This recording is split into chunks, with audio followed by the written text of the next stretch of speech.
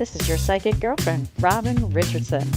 And if you're like me, you're interested in how the universe works and in all things mystical. So let's explore it together. Sit back, relax, and enjoy the podcast.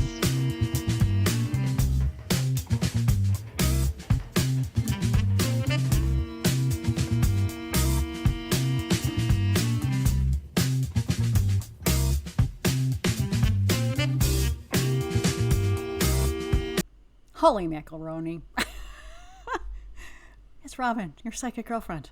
And today, oh my gosh. So I was bored, so I was like surfing the web, and I came across this. The third season of Perfect Match is coming out on Netflix. And yes, Clayton Echard, Rachael Recchia, both from Bachelor Nation. And we've been covering a lot about, Clayton's problems. But anyway, they're joining the cast. And let me tell you, I have a lot to say about this. So I've pulled my favorite Lenormand cards. And I wanted to get a little insight because I was like, holy moly, what the heck is happening here? All right. I'm going to break it down, what this means for them. What energies are working, what they're working with, what they might find, and what they might not find. All right, I got to get into my psychic mode because part of me is just mind blown, and I just jumped on here. Okay, so let's talk about Clayton first. So I pulled the dog, which makes sense because he's like a pup anyway. Sweet Labrador like. Sun, ship, path, garden, and tree. And this is really interesting because it gives us a multi-layered picture on where Clayton's heart and soul may be headed in this season of Perfect Match.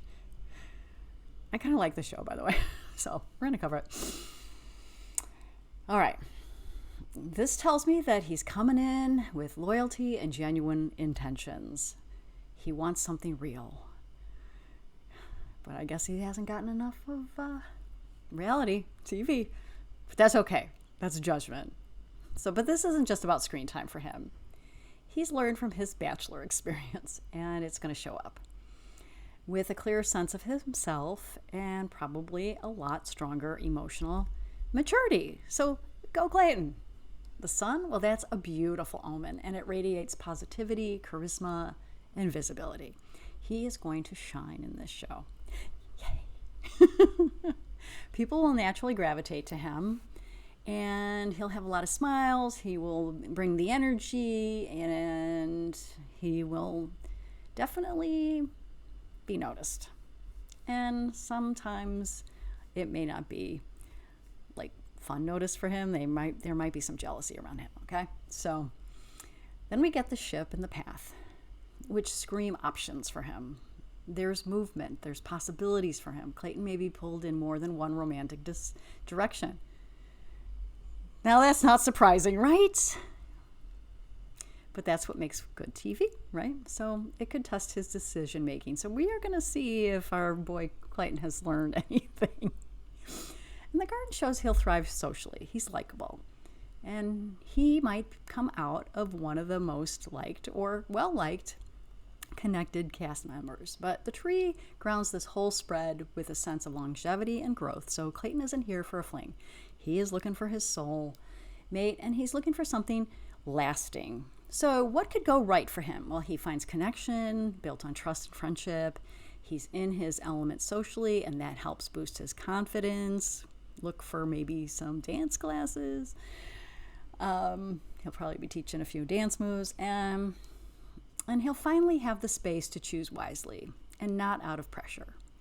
What could go wrong for him? Well, he might get stuck choosing between two women. The ship warns that he could drift emotionally or get sidetracked. The tree, too, can be patient, but he might move too slow and miss his shot. So, Clayton, hopefully, you can be decisive and connect. My prediction here is he is likely to form a deep connection with someone, and I see warmth and laughter and a genuine bond that could continue off and after the show. So will he win in the traditional sense? Maybe not, but he will leave feeling like he gained something real, either a romantic partner or clarity about what he truly needs in love. Go Clayton. I can't wait to watch. Rachael Recchia. Well, let's shift to her. Her spread is a little different. She had Bear, Mountain, Clover, Cross, Anchor, and Cloud. So right away you can feel the contrast. Bear shows us her strength, her groundedness, and her emotional authority. But when we get hit by the Mountain and Cross, that signals emotional burdens, blockages, and karmic tests. Sorry, Rachael. There may be heaviness around her. She may be coming into the show still holding on to some of the pain from her past relationships or even past seasons. And the clouds tell us that there's confusion in the air. She either won't know how she feels, or the person she's into will be sending mixed messages, or both. But then Clover shows up. And that's the saving grace in this whole reading. Besides that she has this emotional fog, there will be a window of luck. So something unexpected could break through. So maybe later in the season, or later, we'll see. She could get a spark she didn't see coming. And the Anchor also reminds us that Rachael is not flaky. She wants security, and she might not trust herself to go for it. Rachael, I got your back, girl. So what could go right for her? She taps into her emotional power and sets strong boundaries. She has a lucky connection that surprises her, the one she didn't see coming. And she reclaims her voice and realigns what she truly wants in love and what she values. Hopefully it's herself. What could go wrong? Well, past heartbreak and self-doubt. And we've seen this in Rachael. So this could cloud her judgment, and she may push away a good thing out of fear it won't last. The Mountain energy could show up as drama, resistance, or a competitor. And here's my prediction for her. Rachael's journey will be a lot messier than Clayton's, and I see emotional high and lows. It's a real test of trust, both in herself and in the process. And if she opens up at the right moment, she might connect deeply with someone. But if she stays in her head, she could walk away disillusioned, and her win may not be romantic, it may be spiritual. Releasing old patterns and stepping back into her power. So Rachael, let's go. Here's my final download. And let's zoom out for a minute. Both Clayton and Rachael are walking into this experience with vastly different energies, but both are asked to allow themselves to evolve in love. That's the real work here. Not just finding someone, but finding out who you are when love is on the line. For Clayton, this is about alignment, choosing the path that matches his heart, and for Rachael, it's about clarity, trusting herself to receive love, not just prove she deserves it. So what do you think? Are you rooting for Clayton or Rachael or both? Do you feel like this might finally be their chance at something real? If you love this insight and want more psychic perspectives on love, dating shows, or your own romantic life, make sure you're subscribed and follow me on all platforms at Your Psychic Girlfriend. And hey, if you want a personalized love reading, you can book your one-on-one session now. So let's decode your path to love.